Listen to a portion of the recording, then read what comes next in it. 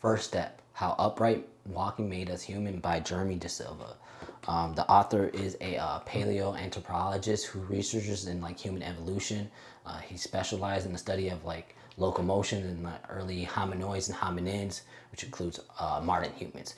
His research focuses particularly on like the structure of the function of like the human foot and ankle, hence the cover of the book, and how these adaptations contribute to the evolution of bipedalism, our ability to walk upright. This book was published in like 2021, but I didn't pick it up till like early 2023 when I decided to give reading about this subject another chance. When it came to learning about human evolution, I gained a majority of my information from like YouTube lectures because I found the books to be very overwhelming because maybe I was younger at the time. Now that I'm older, I have a much more better grasp of the terminology and can recognize the connections between the concepts, which has made the material far more easier to understand. And I've always been appreciated. I've been fascinated about human evolution after hearing about the out of Africa theory at a time where there was little information online.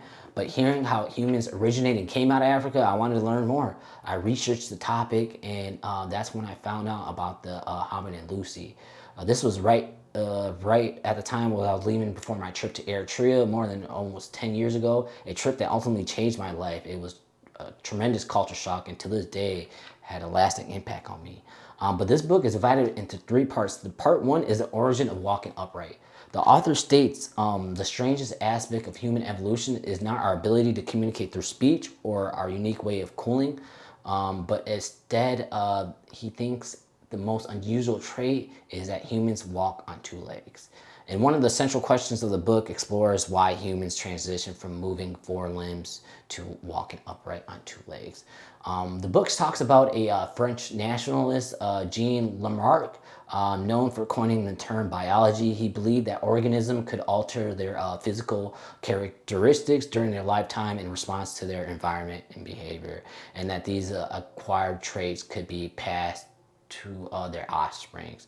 That theory was influential in like the early 19th century and has since been replaced with Darwin's theory of evolution as we know as natural selection and modern genetics.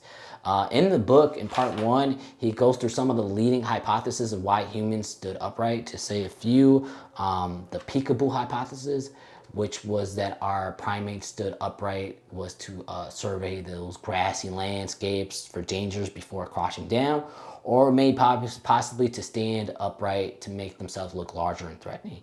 The other one was the energy efficiency hypothesis, is that humans would use more energy walking on all four limbs, or knuckle walking rather than on two legs. They'll save much more energy walking on two legs, possibly standing upright just to save more energy. And then the other one was Savannah hypothesis. In Africa during the late Miocene epoch, Africa was becoming drier. The environment was changing from that vast forest climate to an open savanna, C4 grass.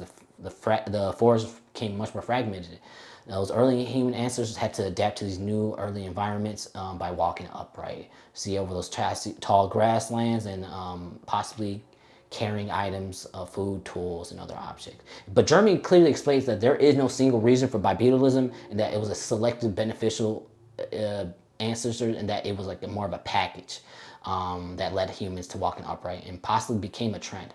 But part one also explores the earliest hominid fossils that have been discovered. When reading about the hominids, Jeremy explains the evidence behind each of the hominids' anatomy, their physical traits, helping readers like me understand human evolution.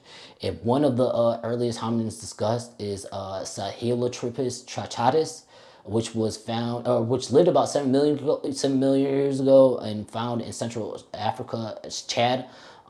It had a brain size of a chimpanzee, but the cranial teeth and the characteristic of the skull may suggest it holds its head upright positions. Scientists debate how much if this hominin was able to walk on two legs or on four, but showed some signs of bipedalism. Another one was Ardi, lived about 4.4 years ago. Fossil was discovered in the Afar region, Ethiopia, possibly living in the woodland environment. Jeremy explains that Ardi fossil shows that a big toe was curved, more for grasping. But Ardi was well adapted for climbing the trees. However, the pelvis anatomy suggested that Ardi was able to balance on two legs and did not show no evidence of knuckle walking. And then, of course, Australopithecus afarensis, a quote from this chapter of the book. People sometimes ask me when scientists are going to find the missing link between apes and humans. I tell them that we already have, which is Lucy. Lucy, also known as Decanish in Amharic, which translates to "you are marvelous." In my opinion, one of the most significant discoveries ever made in the hominin because it provides strong evidence about where humans originated, how fossils showing that transition to bipedalism as well.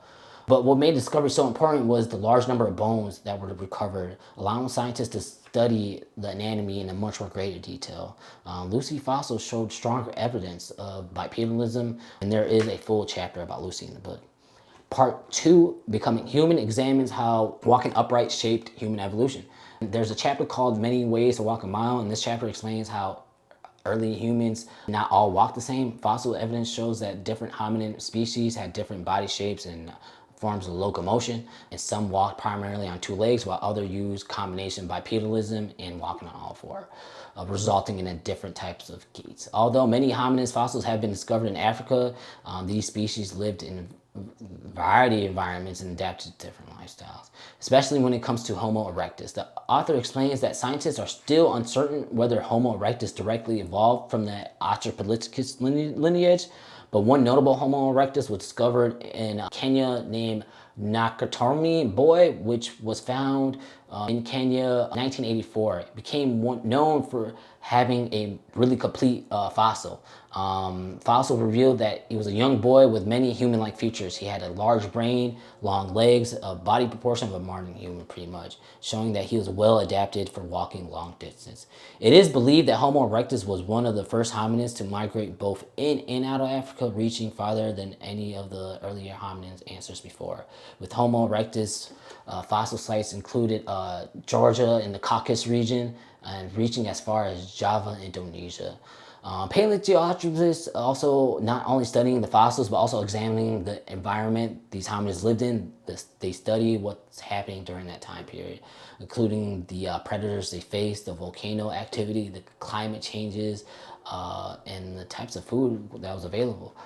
Fossil sites also associated with Homo erectus contain tools and butchered animals, providing strong evidence that they were not just scavengers but also hunters, possibly having more of like an omnivore diet. But one of the greatest achievements of Homo erectus, in my opinion, was their ability to learn how to control fire. The book explains that the evidence in the sites of like Kenya and South Africa where they were used to fire, they were able to cook food with their meat with the fire.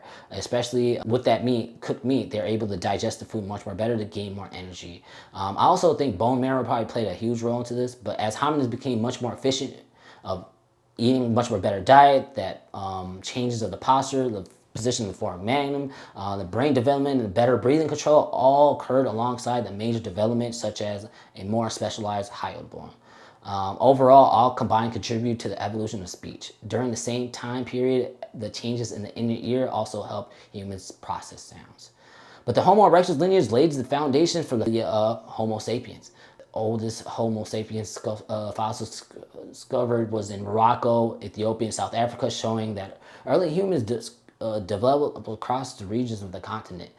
Some Homo sapiens eventually migrated out of Africa and expanded into Middle East to Eurasia, where they encountered very different environments, winter.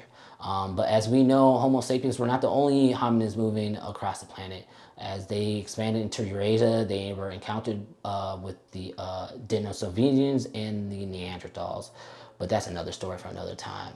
Now to part 3, the walk of life. The section of this part focus on how walking upright changed the human story beyond just movement, but bipedalism opened the door for many traits and adaptations. But one of the biggest challenges they faced was the females and newborns. As soon as they became body adapted to upright walking, the shape of the pelvis changed, became much more compacted, and at that same time, baby heads were getting bigger, making the birthing process much more risky. One of the most beautiful things was a dangerous process for some of the earlier Homo members. It still kind of is today, but we have technology to help. But reading this book is a wealth of insight about the human body. There's this chapter called Michelson's and the Cost of Immobility. In the late 1990s, a Danish physiologist Benkei Peterson and her team discovered interleukin 6 levels increased during marathon runners. By comparing the blood from the exercise legs with a resting leg, they found that the activity of the muscle produced and released interleukin 6 into the bloodstream. This was a major discovery because the muscle derived interleukin 6 has anti-inflammation effects that help reduce chronic inflammation. When you do not walk constantly or have been sitting immobilized for long periods of time, muscles stop sending signals. Muscle mass declines, overall health becomes worse. Comes with the term, if you don't use it, you lose it. Another great chapter is walking helps us think, stand walking, but I'll leave that for y'all to read.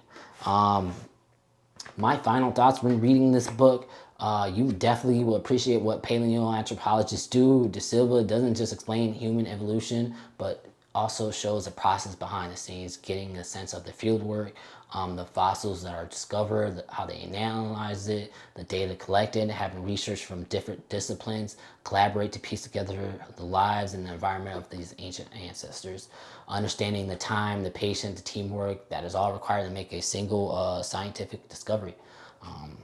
This book falls under the genre of popular science, written for the general audience. It is beginner friendly, but it does help to know some terminology. Definitely when it comes to anatomy of the human body. But what I did like most about the book is like the flow.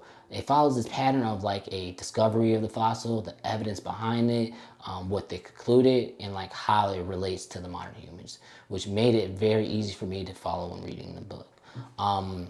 Yeah, one quote that I do want to mention, the biggest thing is bipedalism evolved gradually in many variations, which goes on to my last thing I want to mention. Something that has been bothering me for some time about human evolution is the March of Progress image. There's like countless of images online. This one is from the Britannica website, depicts 5 species of the human lineage. Sometimes beginning with the ape. This one actually begins with the Australopithecus, and it shows like a straight line gradually becoming a modern human walking upright. It implies that we started from the ground up, always showing like a male-centric image.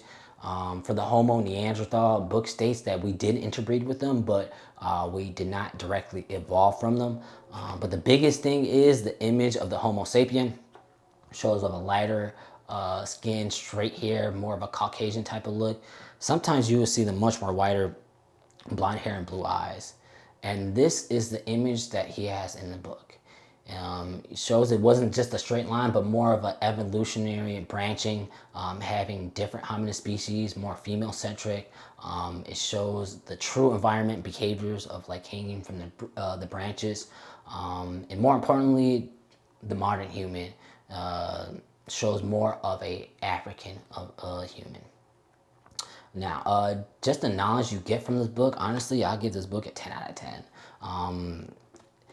As always, let me know in the comments below if you have read this book and what you think about it, or if you plan on reading it, or what is your thoughts about human evolutions.